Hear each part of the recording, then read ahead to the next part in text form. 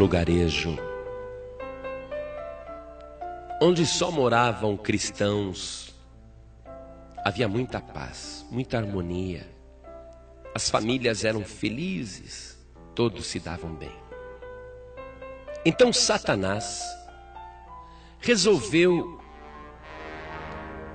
provocar a discórdia do lugar. Disfarçou-se de homem e foi muito bem recebido pelos habitantes, que eram amáveis e hospitaleiros. E ele começou com seus planos a agir naquele lugar. E depois de provocar 1000 situações, o diabo ficou triste.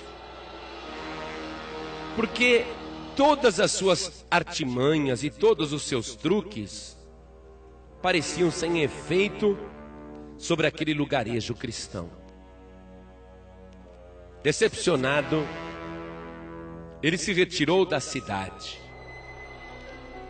dizendo: não posso vencer este lugar onde todos são cristãos de verdade. E ficou desconsolado na beira de um rio, pensando: já pensou se o mundo inteiro virasse cristão? Onde eu iria parar? O diabo estava preocupado ali, pensativo. E ele viu chegar uma moça robusta, troncuda, ombros largos, a pele bem tostada pelo sol, um olho negro bem vivo. E aquela moça era uma lavadeira de roupa. Estava chegando no rio para lavar roupas. E quando ela viu Satanás, ela derrubou a trouxa de roupa no chão. Levou um susto a princípio. O diabo falou para ela: ei, minha amiga, não tenha medo de mim não. Eu não sou mais o mesmo. Eu não consigo mais colocar medo nas pessoas. E fracassei na minha missão naquela aldeia, naquele lugarejo. Está todo mundo lá em paz. Não consegui destruir a paz daquele lugar.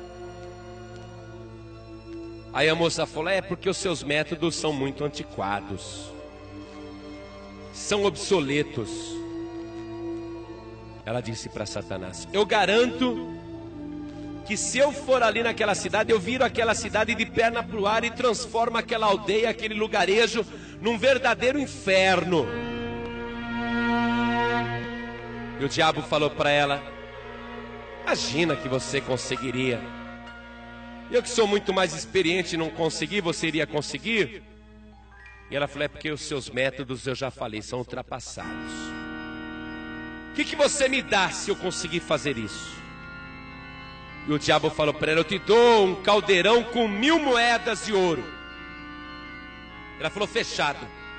Fica aqui tomando conta dessas roupas e você vai ver o que eu vou fazer naquele lugarejo. Aí a lavadeira foi, entrou na cidade e procurou a casa onde viu o casal mais feliz, cuja família era mais numerosa, tanto do lado do marido como do lado da mulher. E pediu ali emprego como doméstica. A dona de casa não precisava de empregada, mas a lavadeira, fingindo piedade, começou a chorar e dizer: não tenho nem onde dormir. Se a senhora me deixasse pelo menos dormir na sua casa, eu iria trabalhar de graça pela comida e pela moradia. A dona da casa, que era uma mulher cristã, de bom coração, tendo pena, falou: tá bom, então você pode ficar aqui em casa. E ela trabalhou mesmo lá dentro, passou roupa, limpou a casa. A dona da casa ficou até impressionada: puxa, mas que moça trabalhadeira. Ficou gostando dela. E ela foi ficando ali uma semana. Um dia, esta mulher chega, a lavadeira, a empregada chega, encontra a patroa na sala tricotando e começa a chorar. Eu disse: patroa, estou muito triste. Por quê? Por que você está triste? Ah, deixa pra lá, não vou contar não. Não conta, eu quero saber o que está acontecendo com você. Ah, sabe o que é, patroa? Eu tinha ido lavar roupa. E eu passava pelo bosque. Eu escutei sussurros de um casal de namorados. E eu me aproximei para espiar, porque eu achei que aquela voz era conhecida, a voz do homem era conhecida. Ah, patroa, não vou contar não, não tenho coragem. Fala, mulher, o que é? Eu conto se a senhora me prometer guardar segredo e não contar para ninguém. Tá, eu prometo, mas o que foi? Bom, aí eu fui espiar o casal que estava namorando. E eu vi, e era o seu marido. O meu marido? Impossível. Pois é. Eu vi o teu marido com uma moça. Uma moça dentuça, feia, magra, esquelética. Cara de bruxa. Não sei o que ele viu naquela moça. A senhora é muito mais bonita do que ela. E eu fiquei tão revoltado, eu fiquei com vontade até de bater no seu marido. E eu fugi. E eu tô até chorando. Aí a patroa começou a chorar.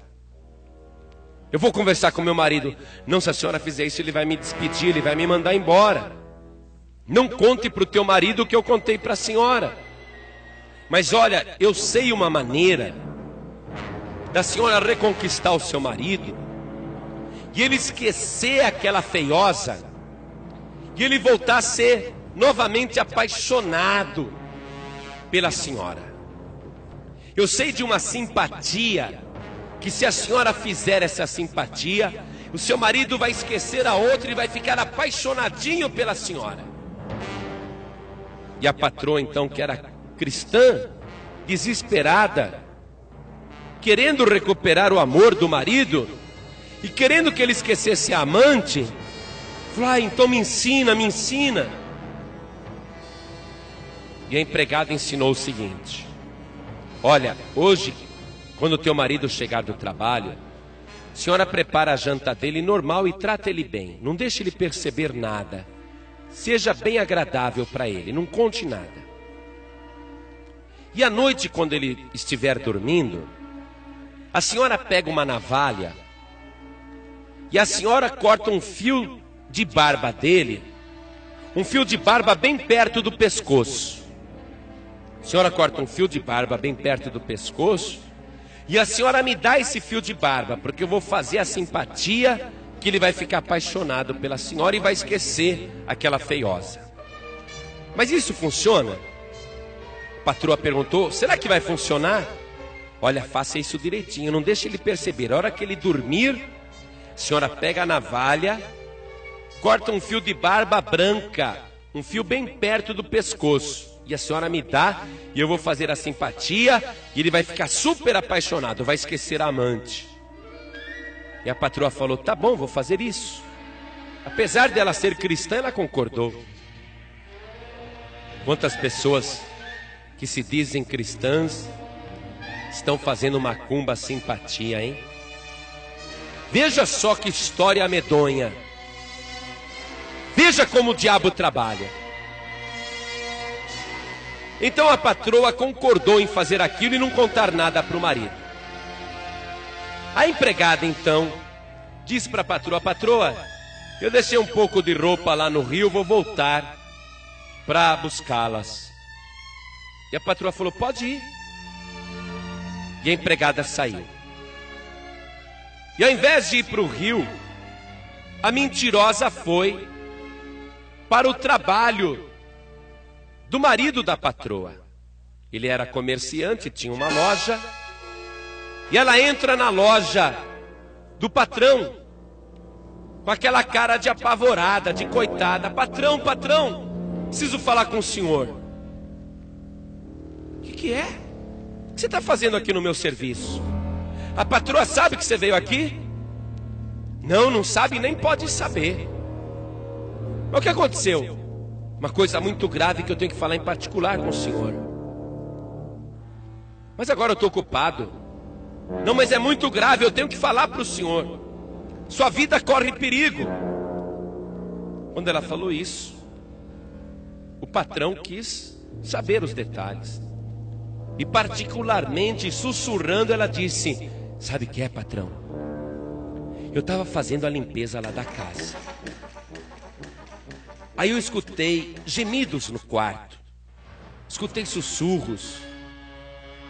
Um casal namorando. Estranhei, porque eu sabia que o senhor estava trabalhando. E eu cheguei perto para espiar. Patrão, eu vi a sua esposa nos braços de um rapaz bem jovem. Um rapaz bonito, forte. E ela se entregando nos braços dele. Eu fiquei tão chocada. Mas pior foi o que eu ouvi depois. Eu ouvi a tua esposa dizendo para o amante: hoje à noite eu mato o meu marido. Eu mato o meu marido e nós vamos ficar com tudo. E vamos ficar juntos para sempre. E o amante dela dizia: sim, minha querida, faça isso esta noite. Mate ele esta noite. Na hora que ele estiver dormindo, corte a garganta dele com uma navalha.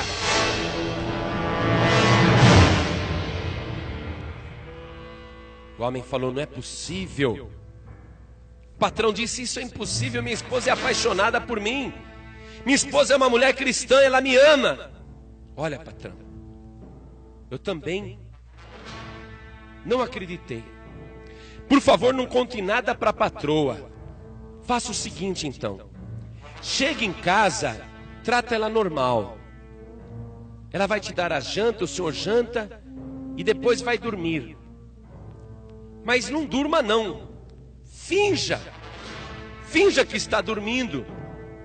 Porque nesta noite ela vai querer te matar com uma navalha. E não conte nada, porque senão ela me manda embora. E não contando nada, o senhor vai ver se é verdade ou não o que eu estou falando. Então o patrão concordou em fazer assim. E a empregada foi embora. Passou pelo rio, pegou a roupa e chegou em casa. Agiu tudo normal. A patroa tudo normal. O patrão normal. Na hora da janta, a patroa dá janta com carinho. Uma janta caprichada. O marido come, elogia a janta, mas desconfiado. Mas não deixa a esposa perceber. Por outro lado, a esposa também não deixa o marido perceber nada. A sua tristeza por dentro. Aí ele diz: eu vou dormir. E ela diz para ele: isso, vá dormir. E ele se deita primeiro. Daqui a pouco ela se deita ao lado dele e apaga a luz. E passa a hora. O marido finge que dorme. E a mulher estava esperando o marido dormir. Então ela olha para o marido e pensa que ele está dormindo. Aí ela se levanta devagarinho da cama. O marido, fingindo que estava dormindo, vê a mulher se levantar sorrateiramente da cama. E o marido vê quando a mulher abre a gaveta e pega a sua navalha. Ele sentiu um gelo na espinha. Então é verdade. Ele começa a espiar pelo canto dos olhos. E a esposa, por sua vez, está pensando: eu só preciso cortar um fio de barba perto do pescoço dele para fazer a simpatia. Ela pensa nisso. Mas o marido, vendo ela se aproximar com a navalha perto do seu pescoço, da sua garganta, ele imagina que ela vai matá-lo. Então, mais do que depressa, ele segura o pulso dela, arranca a navalha da sua mão. E com aquela navalha ele começa a golpear a sua mulher. E desfere golpes violentos com a navalha. E corta a jugular, e corta o pescoço, e corta o rosto. A esposa, aterrorizada, começa a gritar: não, não, querido, não faça isso. E ele gritando: sua maldita, sua miserável. E ele avança sobre ela, e aquela gritaria acorda a aldeia inteira. A aldeia inteira acorda. E vendo aquela confusão, aquela gritaria, os familiares da esposa entram correndo no quarto. Os familiares do esposo entram correndo no quarto. E todos veem a mulher banhada de sangue, caída no chão, agonizando. E o marido com a navalha na mão, dizendo: ela queria me matar. Os familiares da esposa, revoltados, avançam sobre o homem e trucidam ele. Matam ele, lincham ele. Os familiares do marido, vendo que os familiares da esposa haviam matado o seu familiar, avançam um contra os outros. E aquela noite foi uma noite de sangue. Foi uma noite de horror. E aquela mulher conseguiu o que queria, porque ela estava a serviço de Satanás.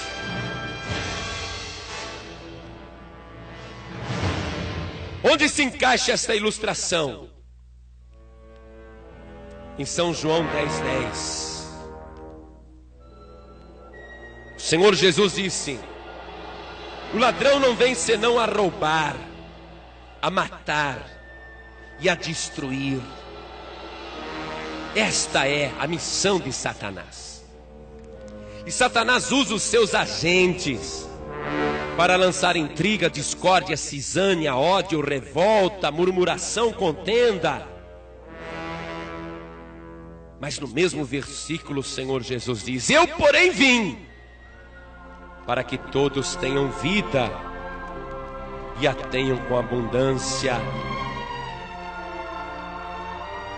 Vigiai e orai, para que não entreis em tentação. O diabo, ele está como um leão ao teu derredor, tentando te tragar. Mas enquanto o diabo está ao derredor, Jesus está ao teu redor. O anjo do Senhor acampa-se ao redor daqueles que o temem e os livra. O Senhor Jesus nos deu poder e autoridade para expulsar demônios e desfazer as obras do diabo.